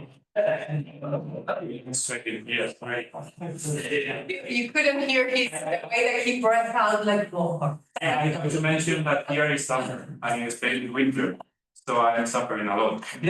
So let's do something. So I take Ignacio, then I'll ask a question. All right, perfect, yeah. And then I'll ask Kat if she wants to say something from this discussion. Right? Only if you want. You can say no. So, Justify your justification, just that. So Ignacio. No, just a quick remark.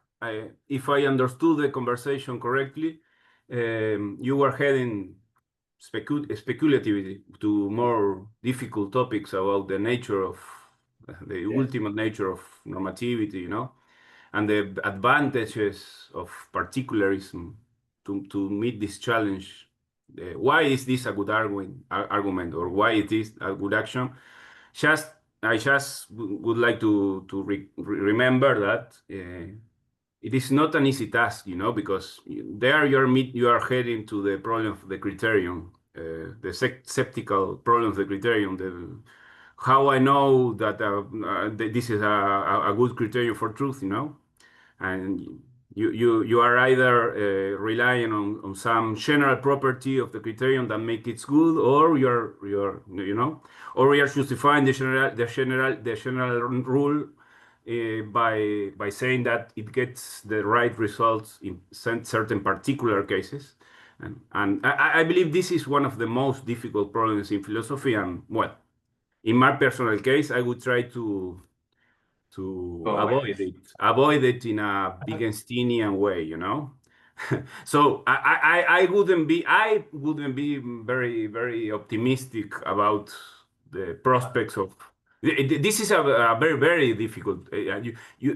You certainly aren't don't need to respond to this. It's just that the problem.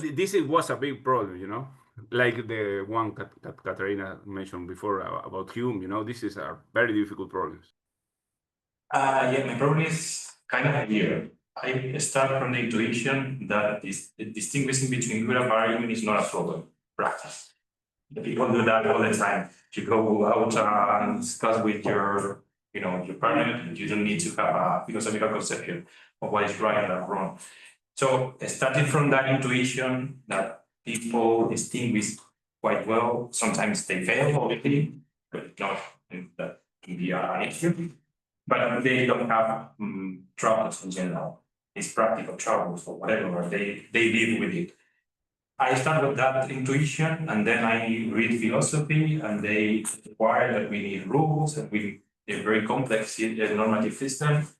And I think that's not true. I mean, that's not true, or that there is a problem here. We have practices where we can do this, And we have tools to do that. When you study from an argumentative point of view or practice, you need to appreciate that it's through reason, to argument, discussing, and you can appreciate that. So my philosophical problem is not that I some kind of ambition of finding the final criterion or something like that. I don't care the final criterion. What I just expressing is my kind of paradoxical reaction to see that there are people who try to find a criterion and that is not, in reality, that is not a problem. So yeah, I try to find a philosophical explanation of that kind of duality. I don't know why I'm saying this here, but I agree with you. I am not looking for any criterion or something like that. I'm just curious. I'm interested in argumentation in certain practices. As I mentioned the other day, I study this practice. I write a paper. You go and understand it or not, and I change to another thing, and I, eventually I will die, and that's it. Can I ask something else? Oh, you're first. Yeah. Yes, I think so. Lo digo porque no sé, para que alcance. No, Yeah, I'm going to, so I had some things but that I had already prepared from reading your paper. They're not here, but I think that they connect the things said. So the first one is more like a suggestion about your paper, not about your presentation. I think that you give too much space to the claim that generalism would be like the evaluation of arguments, that general rules are sufficient to evaluate arguments, because I think that you could say generalism, deductive, generalism, and then divisible argumentation studies, generalism. And I think that if you're going to focus on something, I'll focus directly in divisible. Yeah. Not sure you have a case there, because I think that they would agree with it's not such, right? So I don't know if it's like I had the feeling that the enemy was not really there in that bit, not in the other one. I think that the idea that they are necessary is very strong. Yeah. So that's one comment that it's more a matter of formulation than anything, because I know that you agree with what I'm saying. Yeah. And the other thing is about, so you about the claim that the important claim, so that the general rules are not necessary to evaluate arguments. Your argument is that there are reasons which do not need a general rule to be evaluated. For example, analogy arguments, right? That's one of your lines of argumentative strategies. And when you argue your case in the paper, what you do is to reconstruct, show, right, that there is an analogy and that you don't really need here a general rule to understand what's going on. But I think that given what you're trying to do, I think that what needs to be shown is not only that the argument can be reconstructed without incorporating a generalization, but that we do not need any general rule for its evaluation. And the problem is that, at least in your text, I do not see that, the evaluation process that will show that actually we do not need any rules. Actually, I thought, wouldn't you need, for instance, to ask, this is just one of the general rules that you could reconstruct from that argument, right? PhD.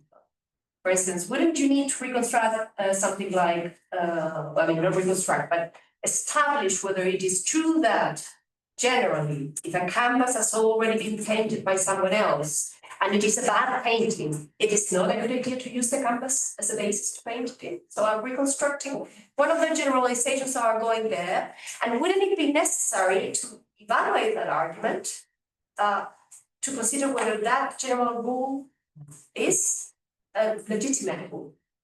So what I think that you need to show is that even if these generalizations were false, not acceptable to the parties in that sense, the argument would still count as a good argument. Mm-hmm. I think that that was the last step that I was missing in the argument, right? Yeah. And one last but this is not a question about the Andrei's no longer here, but the thing about the particular rules. The notion of particular. So I think that maybe you could understand them not in terms of private rules, but particular in a specific sense. As, for instance, something that is agreed in a very specific context of dialogue. So we agree that if P, then Q. And then you say, well, this works because once we agree with that, then I have I'm authorized, I have the permission to use it, and you have the, what is it? You can criticize me if I don't follow them, right? But it becomes a rule within the very context of dialogue, if you want to call it a rule, but it's not a private rule because it's intersubjective. I don't know. That's it's consensus. I would say, and yeah, when you mentioned that idea, I would say that something like you said, when you say when you present something as a reason, it's like you're making a claim that the specific idea that you mentioned, the definition as a reason for changing it. And if the other party buys your claim, accept, in that situation that became kind of a rule. I would say that is the case. So, but it's kind of similar that you have a particular argument, a rule about that particular argument, that particular situation. Yeah, that could be the thing. The same happens when you make an analogy and you say this argument is good, this is similar. If you buy that similarity, then you create a rule that have those. You make a claim when you make the analogy, and you discuss if you kind of, and that leads to the other question. You make the analogy, and you are saying that, okay, I am organizing the answer in a different way. I agree with you that in that sense, that would be a particular rule in that context. Because we agree, and as you mentioned, in that context is that might be a function as a rule. Now, the other two questions. I agree, because I was thinking to answer in a different order, and I'm passionate. So I think that I agree with you that I spend too much time trying to justify the not sufficiency of the rules. I think there is something very particularistic in emphasizing the importance of the context, kind of, and I want to maintain that, because I think that is a good point for particularists. I think that mostly some other generalists can incorporate that, so I need to discuss with this kind of theories. I agree with that. And the last bit, the distinction between the use of rules when you argue by analogy and the use of rules when you're trying to justify the analogy in that particular text. I spent too much time there. I did it in other papers. And my answer is that what Gobier says about analogy is that you don't need rules either to use analogies, but you don't need the rules when you evaluate an argument, because you can just point it out to difference in that situation, and the way in which mention these two cases are not different, and pointing out to not different. And my way, and this is something that I need to do, I've been wanting to do this for a while, is to go to real practices where people are criticizing argument by analogy and try to find how they evaluate an argument in that practice. If they appeal to a general rule and they try to figure it out if that rule is valid or applicable in that situation, that would be a generalist way of criticizing an argument by analogy, or just by looking to differences that they think are relevant. And I think that tends to be the case. The cases that I found, but I don't know, I need to work more about it. And that would be probably the way of solving that last point, to make it that argument stronger, to show people that in analogy we don't use general rules, neither in the evaluation. That would be my I try to do something similar in papers in argumentation, I think, but from a theoretical point of view, I need to do that practical change to go analyze particular cases of evaluation. That would be more useful. But again, the generalist would say, okay, so what? These people are not using rules, so who cares?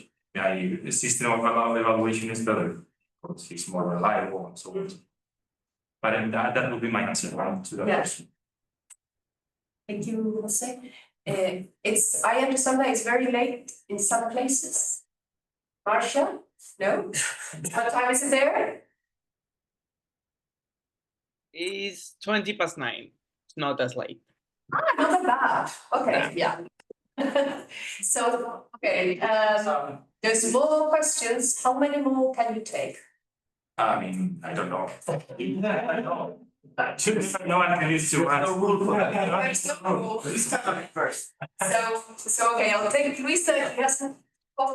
Yeah. Then Diego, then Kathy, she wants to talk, and then we go for a coffee or something else. Yeah, okay, I got Luis.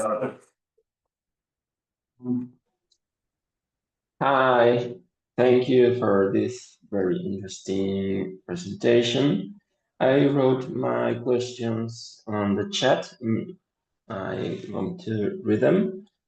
The first question is, would you agree that from particularism account, the same kind of argument will be good at one context, but not in other?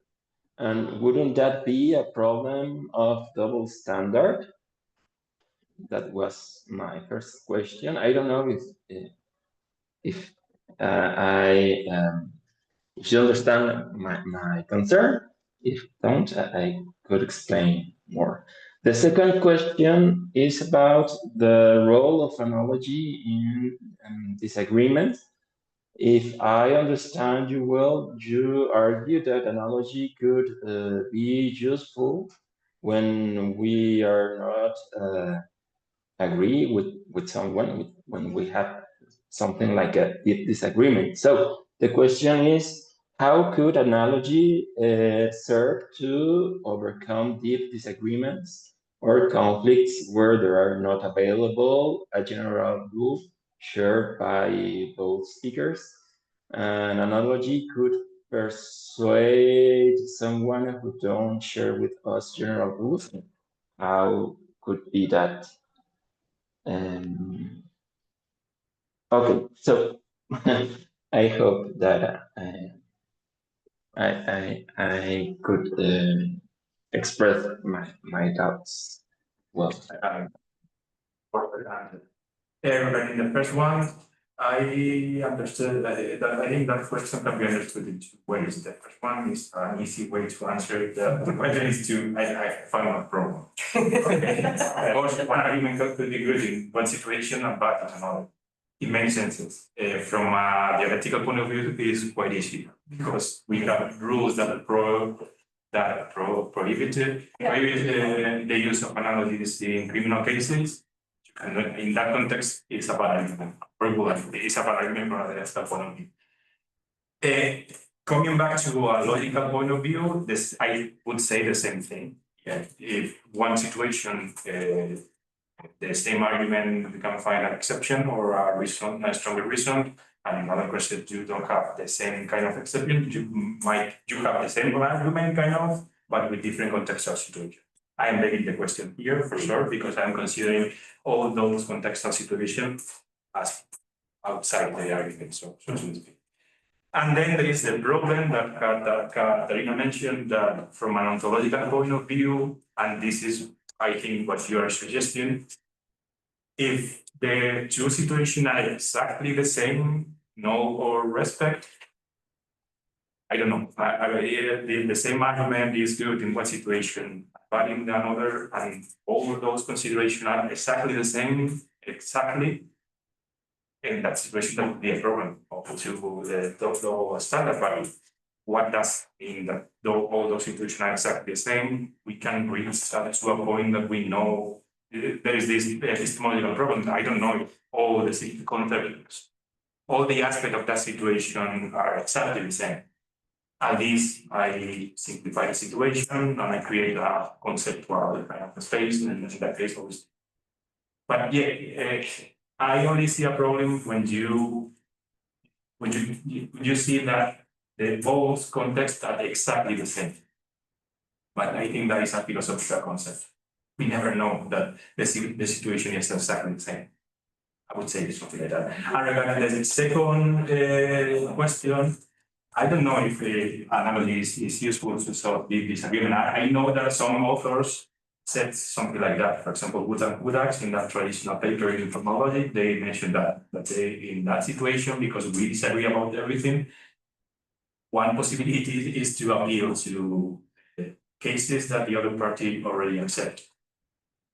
And Pullman in that famous book about moral reasoning, I don't remember the name of English, in English, mentioned something similar, but in the other way around. He mentioned that when that situation of this disagreement tend to arise when we stick to some kind of strong principles. And when we go down to particular cases is when we can find some kind of solution. I don't know, it's not just an hypothesis. I said that some authors say that in this situation, because we don't have anything in common, it might be useful to verify analogy. Based on that hypothesis, I think that it would be useful to go to those practices, to those particular situations, and see if they argue by analogy, if they argue without appealing to analogy. That might be an empirical reason to defend particular reason. That would be my that's what I said. But I don't know if they are really useful in the disagreements. I never studied that idea. That would be my answer. Yeah. So I think we're going around. Yeah. Big topics, and I will do the same. I'm so sorry, but there's something you said that I really like it. You said something like the distinguishing good and bad arguments is not a problem, right? So I really, okay, I like that. But then I would add until it is, right? So the problem of argumentation theory is not the case where it's not a problem. It's the case when it is a problem. That's and then we have to wonder why we cannot agree, right? What is happening here, and so on and so on. And like saying the same with analogy. So sometimes analogies, you say, oh, look at this analogy. Yeah, well, but then there's the problem of, oh, that's a good analogy. No, it's not. That doesn't work. It's a different case. That's always the answer. Yeah. That's different case. I know it's a different case. That's why it's an analogy. Yeah. If not, it would be the same case. Okay. So that is the problem. And then, how can we avoid generalism when we arrive at disagreement? Is that a good analogy? No. Or yes. Or is that a good argument? Yes or no. So that's my problem. I see generalism as a summary of a discussion. What you need to do in those situations is to give reasons, consider all these contextual considerations, and be sensitive to those reasons, counter-argument, modifiers, exceptions, and so on. And I think that that's what we do when we argue with each other. We do that wrong or right, or I don't know what I mean. I don't know. I am reading the question because I'm talking wrong, right? But yeah. And when I think that this is Andres saying in Spanish that you try to put horses, the car in front of the horse. I think that is what general is trying to do. I mean, obviously, when after having the discussion, you can create a rule. Okay. But before doing that, you need to discuss. And when you discuss, you sometimes apply rules that you have from discussion. Sometimes you appeal to particular cases. Sometimes you don't even appeal to anything. You picked up this particular reason as a reason. Something like that. And then after that, you can make the rule or whatever. And you can use that rules as something useful for a different discussion. But I would say that when we disagree about the validity of an argument, we tend to discuss. Sometimes we apply rules, sometimes we don't. Yeah, I would say that. I see. And I know that that is not satisfying answer, but I think that is what happened. Is that right? And then we enter into the meta level, as Tatina said, and then we need to discuss again. Until you don't have energy as myself right now. And then or something like that. Of time. Nice. Kat, do you want to add anything? Well, if you tell a philosopher that they're going to get to speak and then you give them 10 minutes to think about what's going to say. They're gonna come up with something. So I think, yeah, there's a small thing and a bigger thing that I've come up to say. The first thing is about the deep disagreements. I think the problem is that you would have to say at what depth of disagreement you're talking. Because, right, because you if you try to solve a deep disagreement by appeal to analogy, you have to assume at least that you agree that analogical arguments are valid or can be valid. Because right, because one of the deepest disagreements we know of is kind of the disagreement whether there can be reason by revelation between religious people and non-religious people, like whether it is a reason that it has been revealed to me in a dream. And then the non-religious person will say, no, it's not. And so that's like at the methodological, what type of things can even be reasons level. And if at that level you have a disagreement about analogies, it can't help you. So it depends on the level of depth, I guess. So that's a small point. The larger point I think I want to make now is the opposite of the one that Constanza made. I'm sorry. Which is, I think, so here's, I think, why you're not going to win the it's not necessary argument. It's because I think you're not going to win the it's not necessary argument because you're going to win the it's not sufficient argument. Because the way that you win the it's not sufficient argument is by pointing out that even if there are regularities in how reasons attach to the things they're reasons for, like a system of rules that would correctly portray those regularities would be so complicated we couldn't use it, right? That's kind of the practical epistemic problem. And I think that's a winning argument. And it's kind of similar to the one that Schauer makes when he talks about how all rules that are usable have to be over and under inclusive. Like everything that wouldn't be would just get so complicated we couldn't use it. And his reason for that is because it would be so complicated, it would portray reality completely. And so we would have to have in our head all of reality in order to use the rules, right? But that also turns into a reason why we then can say, yeah, but in order to be able to evaluate arguments, we always will need to kind of, at some point, grasp two generalities, because otherwise we would have to be able to hold in our head all of reality. It's also kind of, right? So basically, if you go to either pole, you get too much for the limited human being to process, if that makes any sense. Sorry, my view just changed. Now I can't see you anymore. So I think you can't, right? So you're not going to, the way that you win the sufficiency argument is also the way you're going to get defeated in the necessity argument, because of how this works. But I don't think you need the necessity argument. I think what you can do is make the sufficiency argument, which you're going to win, and then show how insufficient rules actually are, like how far this insufficiency goes. This is kind of similar to the right. You answered Gascon by being like, Cat took care of the dialectical generalism.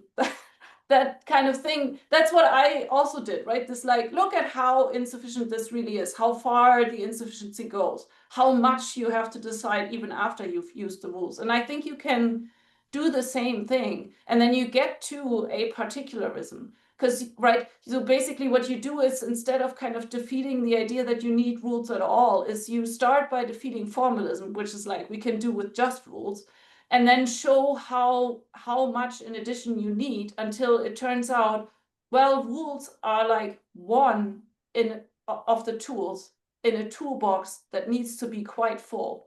And I think then you've got what you want. I just don't think that you can kind of show that we don't need them at all, because then you get to kind of, you ask for people to be gods again, to be able to hold everything in their head at once, because you tell them that they have to be able to get to a full evaluation of an argument without making use of any generalization at any point. And that seems to be just too much for a human mind to handle. Sorry, that was quite a lot to say after I made a face as if I had nothing to say. Sorry. No, I agree. I don't want to, on the one hand, I want to get rid of analogies because I'm fed up with analogies at this point. Yeah, I understand your position, your point, and I think it's a really good point. I think that this is the dancing strategy, is to exploit the context matter, and when you take seriously context, that is a particular conception. He acknowledged that from that claim doesn't follow particularism automatically, because generalists can defend some kind of minimalist position about rules or something like that. That even in that situation, when you need a lot of things in the context, at least you need some kind of rule, some minimal rule, something like that. But I agree with you that if you put the linealists in that position, yeah, you are forcing them to admit that what matters is the context of the particular context, and there is all those things. I agree with that. But at the same time, the argument about the argument by analogy is like I don't see how you can presuppose a principle when you argue by analogy. I mean, it's for me so obvious that we argue by analogies without presupposing any kind of rule. At least in practice, it's like, okay, I want to maintain that somehow. It probably is a matter of the weighing that you attribute to your own argument. I need to exploit more the sufficiency, the importance of context, exploit that, and I can use that in that way because I can translate tendency to argumentation theory, and try to maintain at least suggest the necessity argument. I don't know. Yeah, but thank you for your suggestion because it's a good one. I always remember is Borges, who has the tale about the map, a map who is so perfect, so detailed, a map that is the reality itself. That's the paradox of trying to have this kind of complete that is useful. So thank you very much. Okay, thank you.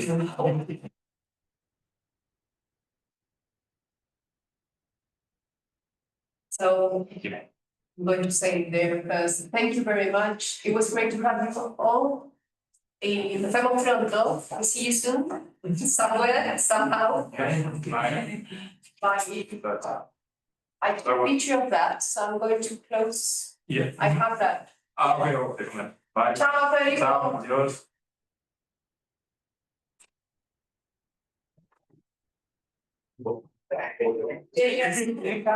Café. El café de verdad fuera, si sigue caliente. Ay, sí,